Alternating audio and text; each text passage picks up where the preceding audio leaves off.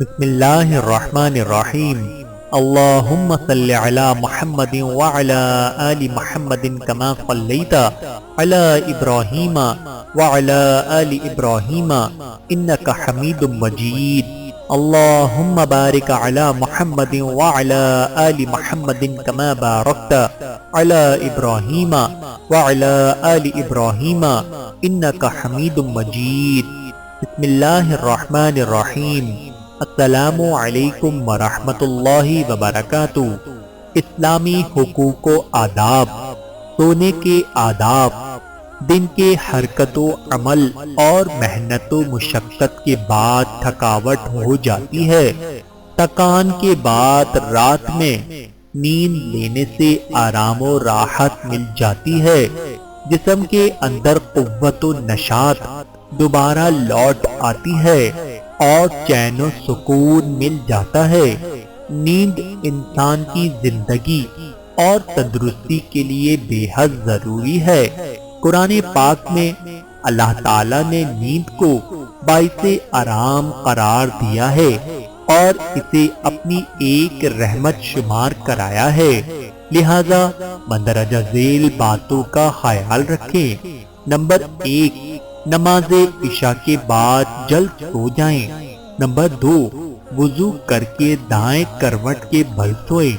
Number 3، سونے سے پہلے اپنا دایاں ہاتھ دائیں رخسار کے نیچے رکھ کر یہ دعا پڑھیں، اللہم بسمک اموت و احیا، اے اللہ تیرے نام کے ساتھ ہی میں مرتا اور زندہ ہوتا ہوں۔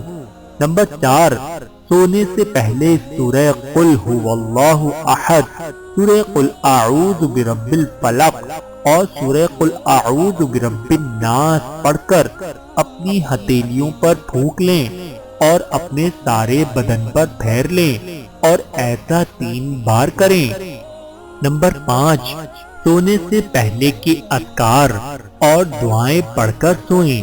نمبر 6، ایک ٹانگ پر دوسری ٹانگ رکھ کر چت لیٹ سکتے ہیں، بشرطے کہ سطر کھلنے کا اندیشہ نہ ہو۔ نمبر 7، سونے سے پہلے دن بھر کا جائزہ لیں کہ کیا کھویا اور کیا پایا ہے۔ نمبر 8، سونے سے پہلے وتر پڑھ لیا کریں۔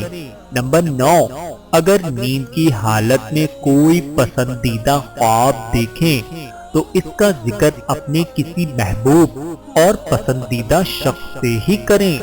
نمبر 10، اگر کوئی برا یا ناپسندیدہ خواب دیکھیں تو نمبر 1، اس خواب اور شیطان کے شر سے اللہ کی پناہ مانگیں۔ نمبر 2، جس کروٹ لیٹے تھے اسے بدل کر دوسری کروٹ ہو جائیں۔ نمبر 3، بائیں جانب 3 بار تھوک دیں۔ نمبر 4، کسی سے یہ خواب بیان نہ کریں۔ یاد رکھیں کہ اگر آپ نے ان باتوں پر عمل کیا تو آپ کو اس برے خواب کا کوئی ضرر نہ ہوگا۔ نمبر 12، بیدار ہو کر یہ دعا پڑھیں، الحمدللہ الذی احیانا بعدما اماتنا والیہ النشور۔